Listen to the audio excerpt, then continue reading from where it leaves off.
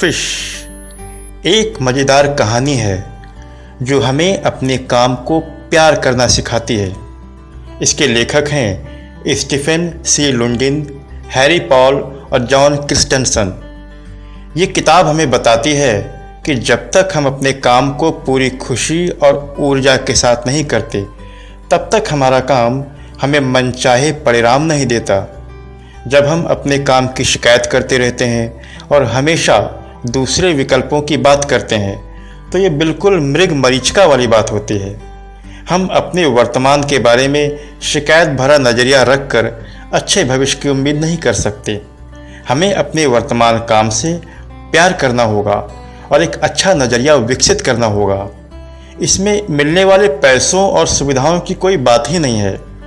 इन सारी बातों को अलग रखकर सबसे पहले ये किताब जिस सत्य को हमारे सामने रखती है वो ये है कि अपना काम पूरा दिल लगा कर करें, पूरी खुशी के साथ करें। बाकी सारी चीज़ें अपने आप होती चली जाएंगी। कहानी के मुख्य पात्र मैरी, जो अमेरिका में कैलिफोर्निया से सिएटल में अपने पति डैन के साथ शिफ्ट हुई थी। दोनों ही अच्छी कंपनियों में नौकरी करते थे। डैन अपनी कंपनी और अपने काम को लेकर हमेशा बहुत उत्साहित और खुश रहता था।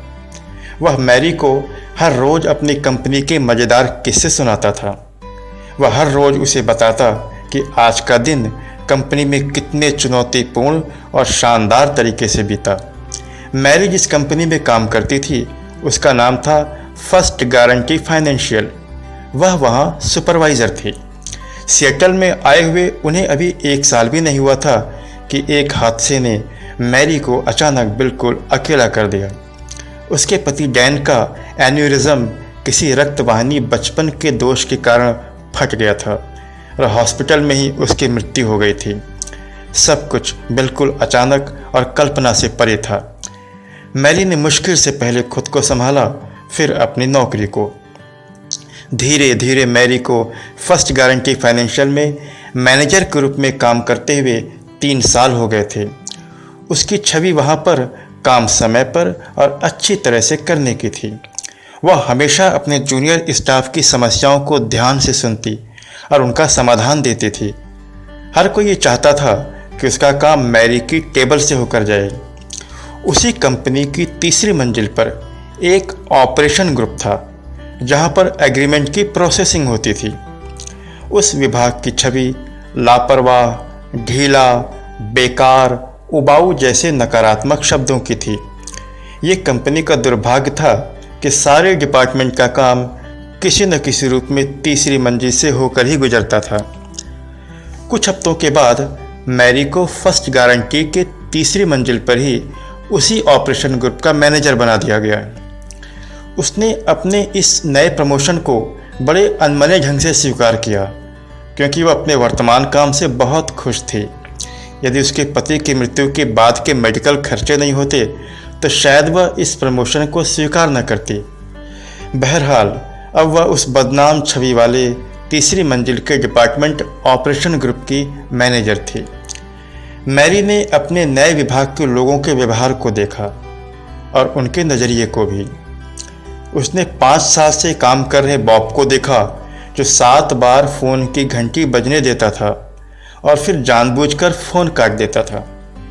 उसने एक महिला कर्मचारी मार्था को सुना, जो हमेशा कहती थी कि वह उन लोगों को कैसे ठीक करती है जो उससे समय पर काम करवाना चाहते हैं। वह उन लोगों की फाइल को आउट बॉक्स में रख देती थी। वहाँ की स्टाफ देर से आते थे। पूछने पर ढेर सारे उनके बहाने पहले से ही तैयार रहते थे। वहाँ पर काम की कोई ऊर्जा नहीं थी। हर चीज़ धीमी और गैर जिम्मेदार तरीके से चल रही थी। दूसरे विभाग के लोगों ने इस ऑपरेशन ग्रुप को एक खास नाम दिया था, ढीलों का कचरा घर, जो अब मैरी को भी अच्छी तरह समझ में आ गया था। घर आकर मैरी रात भर सोचती रही उस ढीलों के कचरा घर यानी 3री मंजिल के बारे में। हर कोई कंपनी में 3 चीज़ों के लिए ही काम कर रहा है: तनख्वाह, सुरक्षा और दूसरे लाभ। क्या उन्हें पता है कि कोई एक चीज़ और होती है जो इसके ऊपर होती है, जो काम को जिंदा बनाती है वह है अपने काम के महत्व को समझना और उसे प्यार करना। क्या तीसरी मंजिल के लोगों को पता है कि उनका काम कितना महत्वपूर्ण है? क्या उन्हें इस बात का एहसास है कि काम की बाहर बाजार का स्वरूप किस तरह बदल रहा है? यदि हम नहीं बदलेंगे तो क्या हम बचे रह पाएंगे? मैरी यह समझ चुकी थी कि तीसरी मंजिल के लोगों को इन बातों से कोई मतलब नहीं है। उनके नज़रिए से साफ जाहिर था कि वे सिर्फ अपनी नौकरियां बजा रहे थे और इंतज़ार कर रहे थे कि बाज़ार में किसी बड़े बदलाव के आने से पहले ही उनका रिटायरमेंट आ जाए। मैरी के नए बॉस बिल ने साफ तौर पर उसे बता दिया था कि उसका तबादला तीसरी मंजिल में क्यों किया गया था। कंपनी के उच्च अधिकारियों का कहना था कि हमारे लिए कठिन समय आने वाला है, हम में से हर को अपना सर्वश्रेष्ठ प्रदर्शन करना होगा। तीसरी मंजिल की छवि ढीलों का कचरा घर को पूरी तरह बदलना होगा। मैरी को अभी तक यह समझ में नहीं आ रहा था कि क्या किया जाए। वह केवल इतना ही समझ पा रही थी कि उसे कुछ करना चाहिए और जल्दी ही करना चाहिए। मैरी अक्सर लंच टाइम में बाहर ही जाती थी क्योंकि ऑफिस के कॉफ़ी हाउस में लंच टाइम पर लोगों की बुराइयां और शिकायत सुनना उसके लिए संभव नहीं था और इसके अलावा उसे ताज़ी हवा की भी बहुत ज़रूरत थी। एक दिन ऐसे ही घूमते हुए वह एक ऐसी जगह पहुंच गई जहां एक फ़िश मार्केट थी। इस जगह का नाम था पाइक प्लेस, जो पाइक प्लेस फ़िश मार्केट के नाम से मशहूर थी। इस फ़िश मार्केट में लोग मछलियां खरीदने आते थे। यहाँ का नज़ारा उसने देखा तो वह हैरान रह गई क्योंकि ये फ़िश मार्केट दूसरी अन्य फ़िश मार्केट से बिल्कुल अलग थी।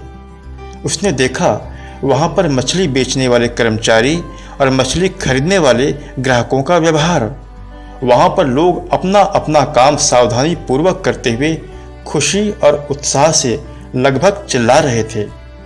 हर कोई अपना काम पूरी जिम्मेदारी और गंभीरता से कर रहा था, लेकिन उनके काम करने के तरीकों में जोश, उत्साह और हंसी शामिल थी। जैसे मछली को एक टेबल से दूसरे टेबल पर उछालते हुए ले जाना, ऑर्डर को सामूहिक स्वर में दोहराना, उसे पैक करके ग्राहक को हंसी और उत्साह से देना। उस जगह को एक अनुशासित पागल खाना कहा जा सकता था।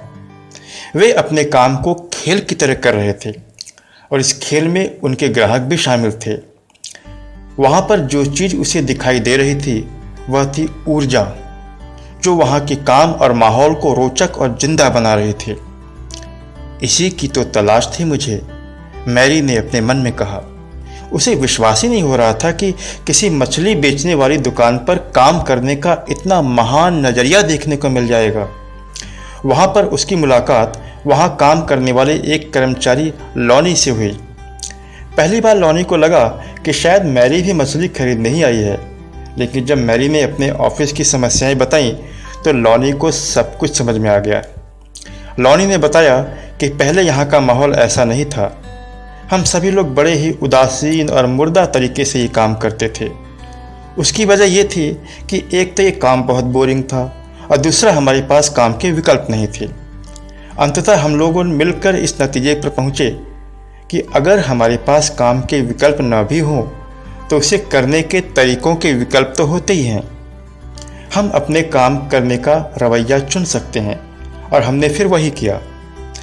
आज इस जगह को विश्व प्रसिद्ध पाइक फ़िश मार्केट कहा जाता है, इसलिए नहीं कि हम कोई विश्व प्रसिद्ध काम करते हैं, बल्कि इसलिए कि हम हर रोज़ अपना काम करने के लिए विश्व प्रसिद्ध रवैया चुनते हैं। विश्व प्रसिद्ध रवैया? मैरी ने आश्चर्य से लॉनी को देखते हुए कहा। मैरी ने अपने ऑफिस यानी ढीलों के कचरा घर के बारे में बताते हुए पूछा कि क्या ये रवैया वहाँ ले जाया जा सकता है, क्योंकि हमारे पास मछली की तरह उछालने के लिए कुछ भी नहीं है। लॉनी ने कहा, कोई भी काम बोरिंग हो सकता है और कोई भी काम ऊर्जा और उत्साह से किया जा सकता है। यहाँ जरूरी ये नहीं है कि हमारे पास मछली की तरह उछालने के लिए कुछ हो। यहाँ जरूरी ये है कि किसी भी काम को ऊर्जा और उत्साह से करने के लिए हम कौन सा तरीका चुनें। मैरी को यह भी लग रहा था कि कि वह अभी तक बहाव के साथ बह रही थी। बदलने के लिए उसे भी फिश यानी मछली की तरह बहाव के विपरीत बहना होगा। मछली जब बहाव के विपरीत बहती है तभी उसके जीवन को लय, ऊर्जा और दिशा मिलती है। दूसरे दिन फिर मैरी उसी फिश मार्केट आई और लॉनी से मिली। मैरी अपने साथ पेन और डायरी भी लाई थी। इस बार लॉनी ने उसे बताया कि हम लोग यहाँ पर 4 महान तत्वों के साथ काम करते हैं। सबसे पहला तत्व है अपना रवैया चुने। ये सबसे ज़रूरी तत्व है, जिसके बगैर बाकी 3 तत्वों के साथ काम करना समय की पूरी तरह बर्बादी है। हमारे पास कभी कभी काम के बहुत ज़्यादा विकल्प नहीं होते, या हमारे निजी कारणों से अक्सर विकल्प बिल्कुल नहीं होता। फिर भी अपने काम के प्रति अपना रवैया चुनने का विकल्प हमारे पास हमेशा होता है। यह काम हमें रोज करना चाहिए कि हम अपने काम को करने का कैसा रवैया चुनें। हम अपने काम को नीरस, बोरिंग, उबाऊ और केवल समय बिताने वाले रवैये से करना चाहते हैं, या उससे उत्साह और पूरी ऊर्जा के साथ करना चाहते हैं। अपना रवैया चुनना हमारी स्वतंत्रता है। काम कुछ भी हो, चाहे वह किचन में बर्तन धुलने का काम हो या किसी कंपनी में किसी जिम्मेदार पद पर रहते हुए कोई महत्वपूर्ण काम करना हो, अपना रवैया चुनना सबसे ज़रूरी है। ये बिल्कुल वैसी ही बात है जैसे किसी रेस्टोरेंट में मेनू कार्ड देखकर अपने पसंद का मेनू चुनना। जिंदगी भी हमारे सामने हर रोज़ मेनू कार्ड देती है, जिसमें प्रत्येक दिन को बिताने का विकल्प लिखा होता है कि हम आज का दिन कैसा बिताना चाहते हैं, किसी साधारण तरीके से या किसी महान तरीके से। ये चुनाव करना हमारी स्वतंत्रता है, जो हमारे हर दिन को निर्धारित करता है, और चुना गया हर दिन हमारी ज़िंदगी को निर्धारित करता है। लॉनी ने बताया कि हम सभी लोग अपने फिश मार्केट को विश्व प्रसिद्ध बनाने का रवैया हर रोज़ चुनते हैं। यही वजह है कि हमें विश्व प्रसिद्ध पाइक प्लेस फिश मार्केट कहा जाता है। वरना आप देख सकती हैं कि यही काम करने वाले यहाँ बहुत से अन्य लोग भी हैं। मतलब ये कि किचन में बर्तन धुलने के काम को भी महान रवैये के साथ किया जा सकता है। ये चुनाव हमारा है, हमारी स्वतंत्रता है। दूसरा तत्व खेल खेल में। ये फिश मार्केट का दूसरा तत्व है। अपने काम को गंभीरता से करें और खुद को रोचक और मज़ेदार बनाए रखें। पाइक प्लेस फिश मार्केट खेल का अनुशासित मैदान है। वे अपने काम को पूरी गंभीरता से और खेल खेल में करते हैं। खेल खेल में गंभीरता से किया गया काम उन्हें बहुत अच्छे परिणाम देता है और इससे उन्हें ऊर्जा मिलती है। आखिर तक वे थकते नहीं हैं, बल्कि ताजगी से भरे रहते हैं। तीसरा, उनका दिन यादगार बनाइए। ये फिश मार्केट का तीसरा तत्व है। खेल खेल में किए जाने वाले काम को ग्राहकों को भी शामिल किया जाता है। ऐसे तरीके हमेशा खोजे जाते हैं जिससे ग्राहकों का दिन यादगार बनाया जा सके, जिससे वे खुद को महत्वपूर्ण समझते हैं, फिर वे हमारे काम को भी महत्वपूर्ण बनाते हैं। ऊर्जा का ये प्रवाह निरंतर एक दूसरे की ओर चलता रहता है। चौथा, पूरा ध्यान दो। ये फिश मार्केट का चौथा तत्व है। हर समय सतर्क रहना, अपने काम के प्रति, अपने ग्राहकों के प्रति। जिस किसी से बात करें उस पर पूरा ध्यान दें, जो भी काम करें उस पर पूरा ध्यान दें। फिश फिलॉसफी के चारों तत्वों को मैरी ने अपनी डायरी में लिख लिया। अब उसके सामने चुनौती ये थी कि इन्हें वह फर्स्ट गारंटी में कैसे लागू करे। लॉनी ने सुझाव दिया कि एक बार उसे फर्स्ट गारंटी के कर्मचारियों को फिश मार्केट में लाकर यहाँ का पूरा वातावरण दिखाना होगा। मैरी ने ऐसा ही किया। शुरुआती विरोध के बाद अलग अलग समूहों में फर्स्ट गारंटी के कर्मचारी फिश मार्केट में आए। उन्होंने वहाँ का पूरा माहौल देखा। मैरी ने देखा कि वहाँ का माहौल सबको रोमांचित कर रहा था। वहाँ पर काम करने की ऊर्जा और मस्ती के क्षण से सभी सराबोर हो रहे थे। सभी वहाँ से कुछ न कुछ सीख रहे थे। वहाँ से लौटने के बाद मैरी को परिवर्तन की एक छोटी सी शुरुआत फर्स्ट गारंटी के उसके ऑफिस में दिखी। ऑफिस के गेट के पास एक बड़ा सा मेनू कार्ड बनाया गया था, जिसमें ऊपर की ओर लिखा था, आज अपना रवैया चुने। नीचे की ओर 2 चेहरे बनाए गए थे। एक तरफ का चेहरा उदास दिख रहा था, उसके चारों ओर लिखा था गुस्सा, शिकायत, क्रोध, निराशा। दूसरी तरफ का चेहरा खुश दिख रहा था, उसके चारों ओर लिखा था मज़ा, जोश, ताजगी, ऊर्जा। सबसे नीचे लिखा था, अपना मेनू चुने जाने के बाद ऑफिस में प्रवेश करें। मैरी को अपनी कोशिश सफल होती दिखने लगी। धीरे धीरे ढीलों के कचरा घर की स्थिति पूरी तरह बदल गई। अब वहाँ पर उत्साह, ऊर्जा और आनंद का माहौल बन गया था। मैरी ने महसूस किया कि बदलाव की संभावनाएं और काम करने के तरीकों के सारे अच्छे विकल्प पहले से ही वहाँ पर मौजूद थे। ज़रूरत केवल शुरुआत करने की थी। वहाँ पर ऊर्जा तो थी, पर उसे बाहर निकालने की ज़रूरत थी। मैरी ने बस वही किया। बाद में इस फिलॉसफी को फर्स्ट गारंटी के मुख्यालय के प्रवेश द्वार पर एक पट्टिका पर लिखा गया, जो इस प्रकार है, जब आप इस ऑफिस में आएँ तो यह विकल्प चुनकर आएँ कि आज आपका दिन शानदार तरीके से गुजरने वाला है।